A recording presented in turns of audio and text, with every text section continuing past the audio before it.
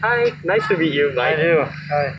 So, could you give us a brief introduction to yourself and tell us, the viewers, a little more about your condition? Okay, my name is Mike. I'm 71. You can believe that. I was diagnosed with prostate cancer in 2014, 7 years ago. No symptoms. Very fortunate it was picked up, although it was picked up a bit late. So after surgery, that didn't cure the problem. 9 months later, I required radiation treatment. 6 months later, the PSA, the blood indicator was going up again. So I've been on hormone treatment ever since. My cancer is incurable, but it's under control at the moment, so hopefully a few more years before it gets out of control. In the meantime, life goes on. Oh, right. It definitely must have been hard to accept such a diagnosis. Could you tell us more about what the most prominent fears that you had during your diagnosis and how did you cope with it? Okay, well, in terms of coming to terms with it, no problem. Because I just asked myself the question, why not me? Most people say, why me? I thought, why not me? I couldn't think of any reason why not me. So many people get cancer, so I thought, well, cancer is something you don't catch, you make it yourself. So this is my condition, let's get on with it. So my initial intention was to pursue a cure. Your whole focus is on how can I get cured. Take it out, didn't work, radiation treatment didn't work. Only then do you realise that this is now incurable. All you can do is contain it. And by containing the cancer, you start to realise life is for living and you live with it. So I like to tell people, I'm not dying from cancer, I'm living with cancer. And have a mindset of being positive and worry about the future when the future comes. Oh, that's a really nice mindset to have. So, ever since you got diagnosed, did you change any of your lifestyle habits? Perhaps Yes, like yes. diet, exercise? Yes. Initially, Initially. once I realised I couldn't be cured and I was on hormone treatment, I tended to relax a bit and not worry so much about my diet in particular. But exercise, I exercised more in the past 7 years than my whole life before. So I used to be even bigger than this, but I walk most days, 3 to 5 kilometres, and I socialise with groups, with some of the colleagues, so we keep quite active for our age. Yeah, that's cool. So, actually, you come to the botanical gardens for walks every Friday, right? Yes, we've had up to 27 of our colleagues walk in the gardens on a Friday. Oh. It's a very social event. Yeah. As I say, we walk slow and talk fast. Go for coffee, go for lunch. It's a weekly social event for those who want to join. Some caregivers come as well. That's the prostate cancer, some other cancer patients. So it's an open walk. With the COVID, it's difficult because groups of 5, but I'm looking forward to get back to the 4. That's really contingent, nice. which is worth continuing. Mm. Right. Then, do you have any suggestions for viewers who may be patients out there who want to live an active lifestyle but don't know how to start going about Okay. it? Well, I think the first thing I would say is contact Singapore Cancer Society.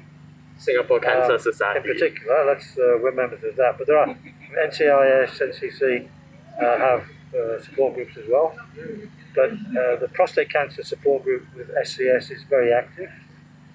We have patient ambassadors who've been through a range of treatments. So SCS can link a patient up with somebody who's been through what they are facing. They can talk about surgery or radiation treatment, what it's like, side effects, and help people come to terms with what's ahead. And join the social groups and we help people get back into a more normal routine. That's nice. So it's worked well. Right. So, could you tell us more about the treatments you went through since you were diagnosed, and what were some of the most challenging moments throughout that journey? Well, surgery was the first challenge to face. 2 weeks, I had my surgery 2 weeks after my biopsy, which confirmed my cancer. I decided to take it out. I wanted that straight away. Yeah. Then for 6 weeks after that, you can't carry anything more than about 2 kilos. It's quite a slow process of recovery physically, Hmm. because they've taken all of your insides out, so you can't strain it and become adrift. So there are quite a few challenges getting over the surgery. After 6 weeks, pretty normal. Get back to an active life. It's okay.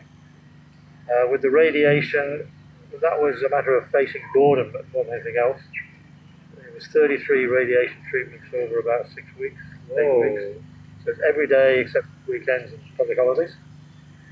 That meant going to the hospital, filling up with water, waiting your turn to have a quick X-ray scan for the treatment, rush to the toilet, empty your bladder, then go home and come in the next day and do it again. Right. And a special diet at that time, so very boring food during that period. So it was a long period to go through. Yeah. So you mentioned that you went for 33 radiation treatments, Yeah. right? So could you tell us what were some of the biggest side effects you faced and how did you go about managing those? There were no real side effects from the treatment itself. Some people tend to get a bit sore, like sunburn inside, but I had no side effects other than it's like Groundhog Day.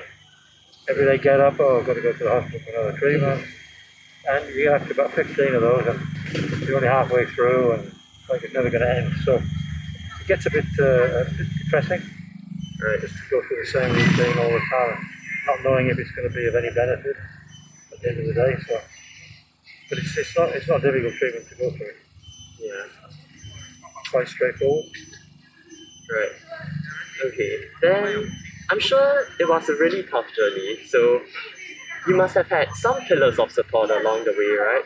Yeah. Yeah. Could you tell us more about what kept you going throughout this battle, or what motivated you to want to overcome this cancer? Well, I think my wife mainly. She's been beside me all the time, supporting and encouraging me. Um, she's been supportive of any treatment I decide to take. Not her decision, of course. So we just keep quite close. I have a young son as well, so just to do the right thing for my family drives me along to try hard and not give up. Oh, that's really sweet. But also the Walnut Warriors. I mean, just helping support other people, other men come to terms with their situation, help them along as well. They're part of the family too, and that helps motivate me to keep going as well. Yeah. So I also heard that you're an active member in the Walnut Warriors Club right now. Yes, very active. Yeah. So could you tell us more about the Walnut Warriors and what you are striving to achieve through the Walnut Warriors? Okay. Well, we're mainly a social group. We're just men who have prostate cancer at various stages, from active surveillance, which doesn't need treatment, right through to advanced prostate cancer like me, where we've been through a lot of treatment and things will progressively worsen. We have regular, after COVID, we have regular meetings where doctors will come and talk about different treatments, or nurses will come and talk about side effects and so on. We have regular get-togethers. We also have a couple of WhatsApp groups where we share information on health issues and activities. And we have emerging groups like exercise class, tennis garden walk, lunchtime gathering. So there are plenty of things for people to do in small groups. Just meet with buddies and have a good time. Yeah. So I think it really brings some of the guys along to get more, just get back to living again. Yeah. Stop worrying and get on with living. Yeah. I think That's the main thing. that's really important as well. To be able to come to terms with it and to embrace it as part and parcel of the struggles you face in life. So yeah, that's really nice to hear. So do you have any advice for viewers who want to stay healthy, or whether they should stay active or whatever they need to do in order to prevent themselves from getting cancer? Okay, well, for men, just stay active, don't smoke, moderate alcohol. I think avoid barbecued meats and things that have nitrite. So diet's very important, exercise important. I think when you get to 50, a blood test now and again to check for what they call PSA level. It's a good indicator that things might be going the wrong way. PSA is rising, they can do a biopsy. If prostate cancer is caught early, it can be cured. Yeah. A little bit too late. Yeah. So just act proactively, having health checks and keeping a finger on the pulse. Very important. Right. So you've come a really long way, and I'm sure that you have had a lot of learnings throughout this journey. Could you tell us what were some of the key lessons you faced in your journey against cancer? And if you could go back, maybe say 20 years ago, and tell the old you to make a single change, what would it be? I think if I'd make one single change, it would be lifestyle choice. My whole career as an engineer has been office-based, very inactive. I think I would do a lot more to get out and exercise more, control my diet, just be fitter. Yeah. I think that would make a huge difference. It won't necessarily stop you getting cancer, but it will reduce the risk significantly. Yeah. So my mistake was just being overweight, lazy, inactive. Still a healthy lifestyle. So. Yeah. I think it's also easy because often we are very caught up with our jobs, our studies, and all of this. A lot of the times we just don't make exercise a priority. So that's a very important point that you mentioned.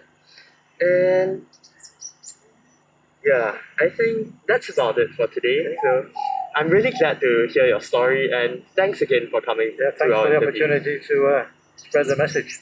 Yeah. I wish everybody well. Mhm. Yeah.